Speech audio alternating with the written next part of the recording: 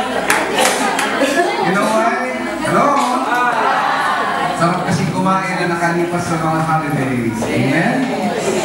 Anyway, let us all welcome 2014. Yan. So, siguro sabihin ng iba ba, medyo third week na tayo ng January. Delayed na yun. I mean, come to think of it, yung New Year po for the Chinese is actually going to happen when? Sa Sampan. And according to what I have heard and read, ang sabi po that this year, 2014, is the year of the wooden horse. Correct. You know, ako po ay nagbabasa ng isang article regarding 2014. And there was this Chinese writer who said, 2014 daw is the year of the wooden horse with the element of fire. So kasi meron pa palang mga elements yan, no? May fire, may water, may ganyan. So sabi niya, yung daw 2014 is the year of the wooden horse. And because it is wood, it can be burned by fire. So he was predicting that 2014 is going to be very challenging, very trying, very difficult, and very hard. Okay, sa loob-loob ko lang, kung yung 2014 ay magiging mahirap pa, yung 2013 na, hilahod na tayo. Naggera na sa Mindanao, naglindol na sa Bohol, nagyulan na sa malaking bahagi ng Visayas, and partly Mindanao also. Hello? Hindi nga, kaumpisa pa lang ng taon, umpisa na ng bahay. May landslide pa ba? Utang na loob. Kailan kaya ang end of the world? Bukas. Hello? Ang sabi niya, yung daw 2014, masyadong magiging mahirap. Ang sabi ng isang kaibigan ko, hindi, Brother Mick, ang 2014 ay swerte. Saan mo na naman natampot yan, swerte ang 2014. Kasi pag inad mo ang 2, plus 0, plus 1, plus 4, it was 7. Sumagot ang 6 dyan, ha? Sabi niya magiging 7. At saka yung number 7 is, or yung number ng 7 is a year or number that is complete. So, ang 2014 ay magiging masagana. Do you agree? Yes! Actually, I really don't care about the predictions. Sabihin ng isa, masama. Sabihin ng isa, mabuti. What I care about is your own vibration. Sir, ano ang vibrations mo?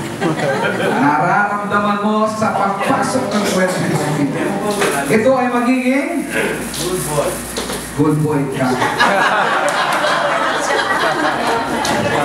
Kaya pala pa-holding hands ka ba?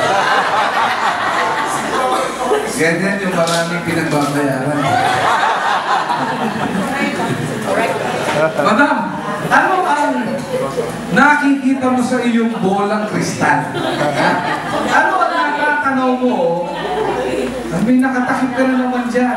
Ano ang gut feel mo that 2014 is going to bring? Ano ang idadat? Mas masagana kaysa last year. Ano yung gusto kong marinig na prediction? Madam, ano po ang inyong prediction? Good vibes. Good vibes. Ito na naman tayo. Parang nag-umpisa ng mali. Ano po nararamdaman nyo, sister, sa 2014? Happiness. Happiness. So, para malungkot ho. Sabi niya kasi, happiness. Pero, sir, ano po ang gut feel mo? What will 2014 bring us? Madami yung 2014. Yes. Tagal ko na narinig yun. Dadami daw ang miyembro. Uy, alam nyo, let me tell you one thing. Maraming grupo aspiring na dumami. Okay? That's a good thing. But there is something more important than that. Okay? Yung mas mataas ng konti doon. Maganda na yan, ambisyon yan. Yung dumami ang ating grupo. Pero may konti mas maganda. Ano yun? Na ang mga miyembro natin ay lumalim.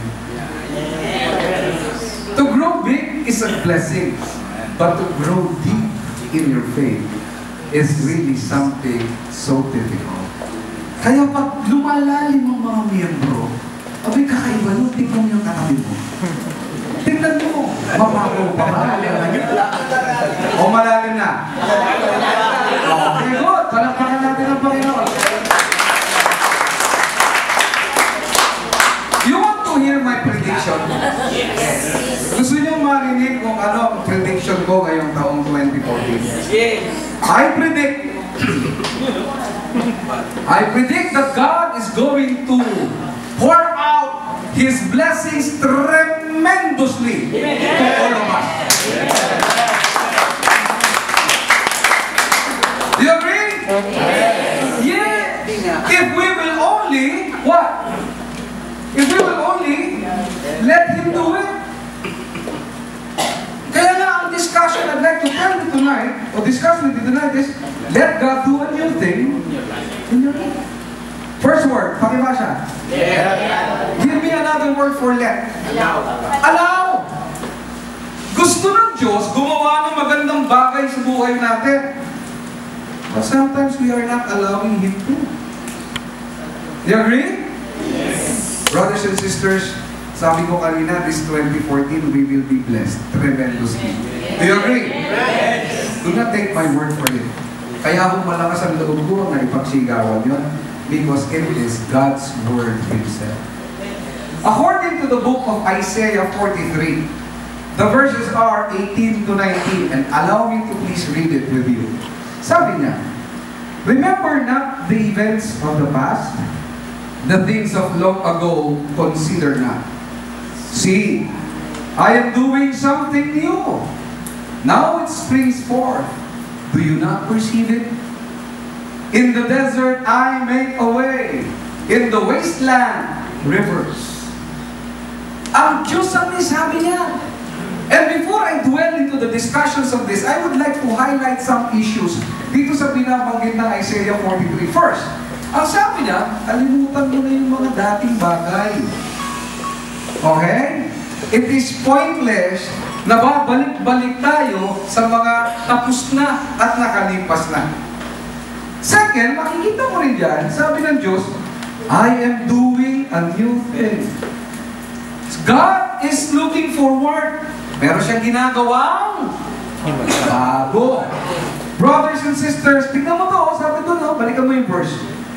Do you not perceive it? Hindi mo ba nararamdaman? Noong tumungtong yung alas 12 ng hating gabi, at nag-January 1 tayo, pagtama ng oras, tak 12 midnight, sumigaw tayo, Happy New Year, pinakilos na ng Diyos lahat ng galaway niya upang padaanin sa lahat ng biyaya. Amen. Question, sabi niya, hindi mo ba nararamdaman? Tanong mo sa katabi mo, hindi mo ba nararamdaman?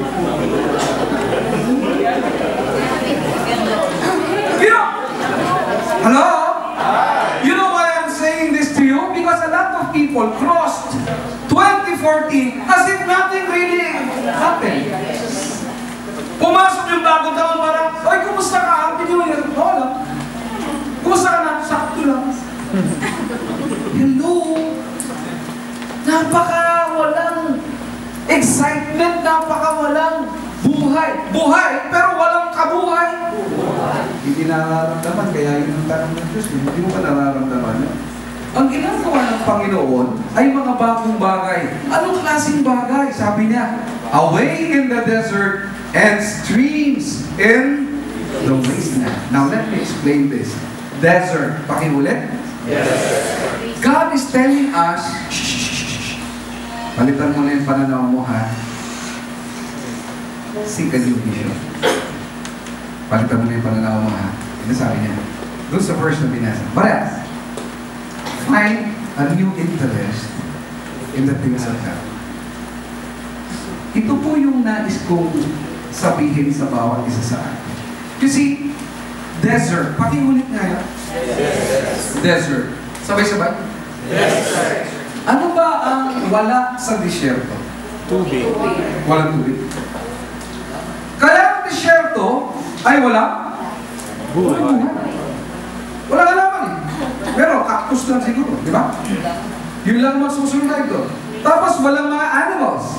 Meron mga insekto at maliliit. Why? Because they really do not consume water that much. But the thing is, generally speaking, walang buhay. It's barren. It is tuyo. It is tigang. When I came back, nagbakasyon po kasi ako. I had a reunion with my family in sa England. Yabok! Sabi ko na nga po, may mga areas. Hindi naman tayo nagsisinungaling, makagawa natin. So, Nagpalamig ka lang, ha? okay.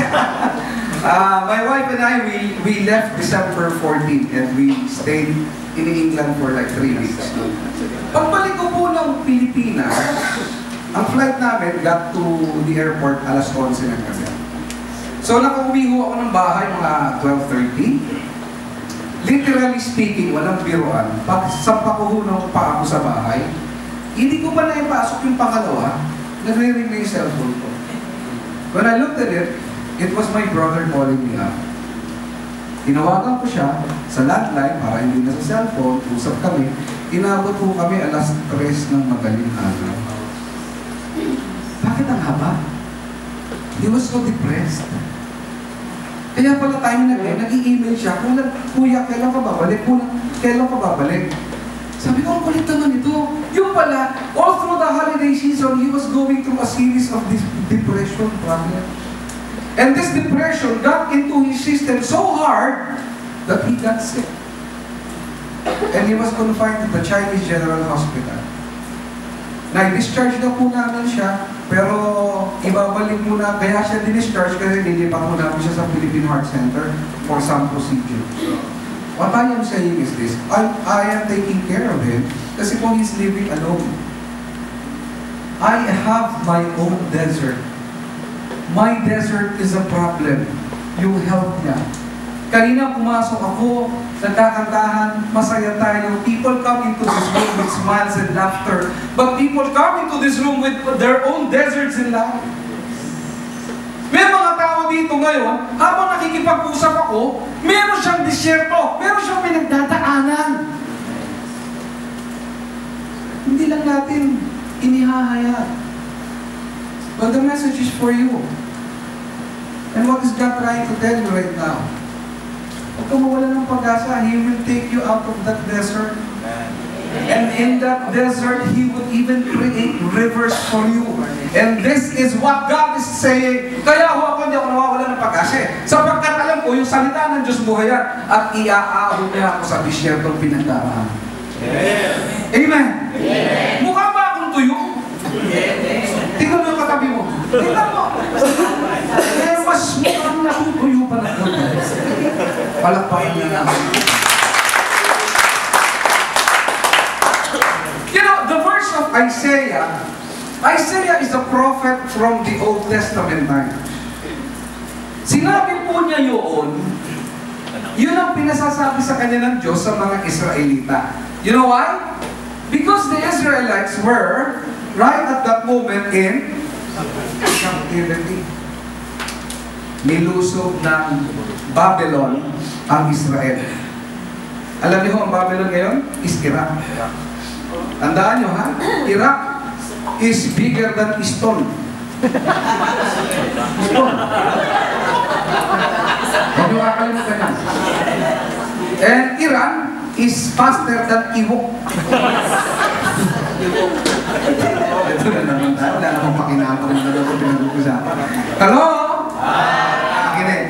Nilusog po ng Babylon yung Israel, pinatay ng mga tao.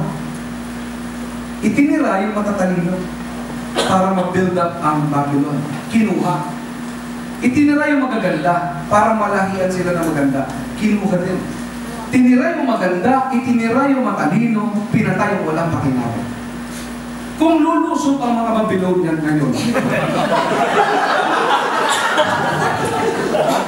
Sino kaya rito ang tatangayin? At sino ang mga totodasin? Dalawa yan! Matalino ha? Pakitingnan nyo nga ulit ang katabi. Review natin. Buhay to o patay? Buhay? Ang lakas ang loob nyo. Ay sos! Mario, sir. Now, seriously speaking, because they were captured by Babylon, they what? They lost everything. Nakita natin ho yung epekto ng Yolanda doon sa Visayas. They lost everything. Pero yung mga biktima doon sa Yolanda Typhoon, sila po ay bumabangon na ngayon. Tinutulungan sila eh. Yung Israel, hindi ganun nangyari. Tinangay sila, ginawang alipin sa Babylon. They were in a bigger desert than the ones hit by the typhoon. What else? They were what? They were homesick. Inalis sila sa lugar nila eh. And they felt they lost the blessing God had promised them. Kung minsan dumadaan tayo sa buhay natin and we ask this question, Lord, are you still there? Can you still hear me? Kung minsan ho, pag masyadong mabigat ang pagsubok, pag masyadong mabigat ang mga pangyayari ng buhay natin, we tend to question this. But in Isaiah 43, God promised, no. Your desert? Anong desert mo? Illness? Pagalingin mo. Anong desert mo? Kulang ka ng pera? Susuplayan kita. Iyan ang pangako niya. Amen? Amen. Gusto niyo ba yan? Yes. Meron tayong dapat doon. Hindi naman pwede na mabulat tayo, Lord, laglag mo lahat. Hindi gagawin tayo. And according to what he said previously, ang dapat natin gawin is first step is to change our focus. Ano yun? Quit looking behind, start looking ahead. Forget the former things and do not dwell on the past. Ano mga Pilipino mahihirapan dyan? Sentimental tayo eh. We love dwelling in the past. May kasabihan pa nga tayo eh. Hindi yung lumingo. Sa pinanggalingan ay hindi makararating sa paroroonan.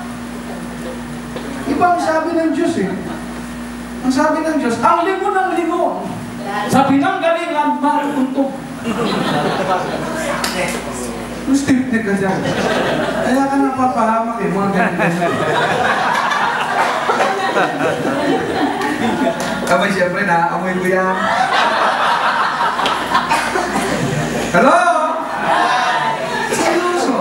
Seryoso, brothers and sisters. There are things that we need to forget. Mga bagay na dapat kalimutan na. First, ano ba yung bagay na dapat natin kalimutan? At least dalawa yan eh. Basa. Forget your past victories. Yung mga panalo natin. I'll give an example. Nakita ninyo yung misa nung Nazareno magpuposisyon. Did you see that? Nilundag ng mga tao yung imahe. Hindi pa ho tapos yung misa. Nabali yung cross, nabali yung arm, nalaglag yung corona, natanggal yung sina. Pinagkaguluhan! Nagmimisa pa! So para hindi naman sacrilegious, binaba nila yung misa sa likod na ng grandstand sa ibaba sa opisina. Matapos lang. Tinitingnan ko, pinapanood ko. And what was running in my mind was, nung panahon po na ako yung administrator doon sa simbahan, kami po ang nagdala doon sa Luneta ng Nazareno. Hindi nagkaganoon. Ano sabi ng Diyos ngayon sa sinasabi niya? Vic, forget your past victory. Bakit po? Yumayabang kayo. This 2014, we cannot afford na mamuhay na mayabang na akala natin we are God's gift to humanity. We are not! I am the president of this